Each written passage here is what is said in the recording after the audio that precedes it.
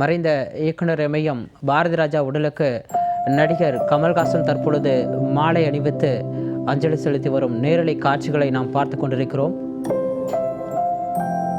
தமிழ் திரையுலகிற்கு மட்டுமல்ல, ஒட்டுமொத்த தமிழ் சமூகத்திற்கும் ஒரு பேரிழப்பாக அமைந்திருக்கிறது இயக்குனர் இமயம் பாரதி ராஜா அவர்களின் இழப்பு செய்தி என்பது.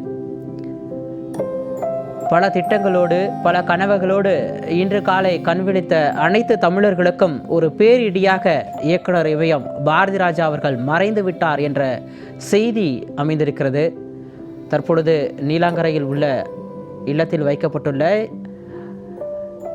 அவரது உடலுக்கு பல்வேறு பிரபலங்களும் அரசியல் தலைவர்களும் பல்வேறு இயக்கங்களை சார்ந்தவர்களும் நேரில் சென்று தங்களது புகழஞ்சலிகளை செலுத்தி வருகிறார்கள். தற்பொழுது நடிகர் கமல்ஹாசன் அவர்கள் மாலை அணிவித்து அஞ்சலி செலுத்திய இந்த காட்சிகளை பார்த்தோம். 16 வயதினிலே என்ற ஒரு திருப்புமுனை திரைப்படத்தை கமல்ஹாசனுக்காக கொடுத்தவர் இயக்குனர் இமயம் பாரதி ராஜா. அதனைத் தொடர்ந்து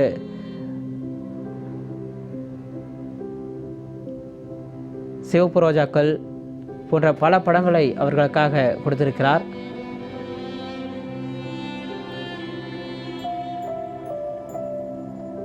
சென்னை நீலாங்கரையில் உள்ள அவரது இல்லத்தில் வைக்கப்பட்டுள்ள பாரதி ராஜா உடலுக்கு நடிகர் கமல்ஹாசன் மாலை அணிவித்து அஞ்சலி செலுத்திய நேரலை காட்சிகளை நாம் பார்த்து கொண்டிருக்கிறோம்.